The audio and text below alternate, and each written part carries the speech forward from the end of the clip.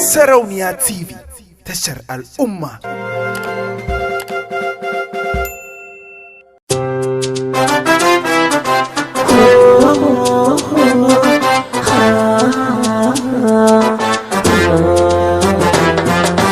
Wai menene so, menene kauna, mene abin da ciki ya kunsa, tambaya dai ko ban amsa. Na gani ya gwanar kyawawa, kaunanta ta bi sassare na, ta bi jikina ta ratsa. Ya zan misalta muku kinta, kala ta halayyar ta, nutsuwa da ɗabi'unta ta musamman tana da kyan nunawa, murmushin ta kan rikitarwa, lafazin ta kan saka shinewa. Santa ya taɓa min ganina da jina, kai kamar na kuramance, bana bambance fari da baki.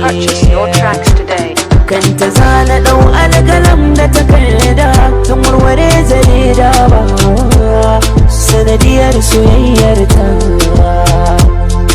Ashe a hankali so kan gama jiki ya sanya ka faruwa, wani sanyi dan ya kai so, in aka bar ka gyar za ka rayuwa. A hankali so kan ya haɗuwa, har ya saka yi shakuwa, ya fidda wasa damuwa. Soyayya ce ke sa sadaukar da rai da rayuwa, daɗin ta ya wuce daɗin zama ko shauki na rayuwa. Wani kan so kan yi ilimi, da kaɗan ya zamciwo, zafi ya saka sa koyewa soyayya. Wai menene so, menene kauna, mene abin da ya kunsa, tambaya dai ko ban amsa.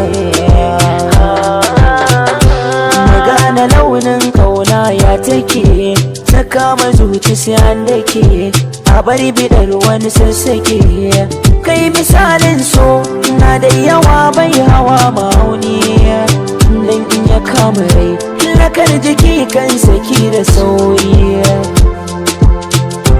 Ni da na gane so da akwai wuya, yakan sabautar da rayuwa, tamkar a gefen rijiya. Sai na ba hankali, buri na nai so guda da gaskiya, mu kwantar da kai kar da a so mi ta cika kuriya.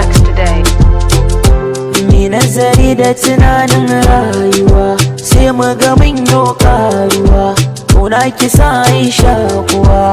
Ka yashe cire so a zuciya bai fita da sauki, inda ka fara yi wasu ya kansa su kasa barci. Na fi san soyayya dan Allah, ba ni bi da ramin ruba, ban da zimi ko dabara, mi soyayya daya.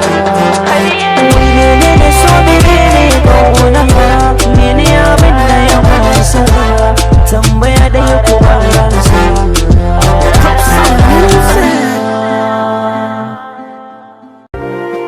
Sarauniya TV, tashar al'umma.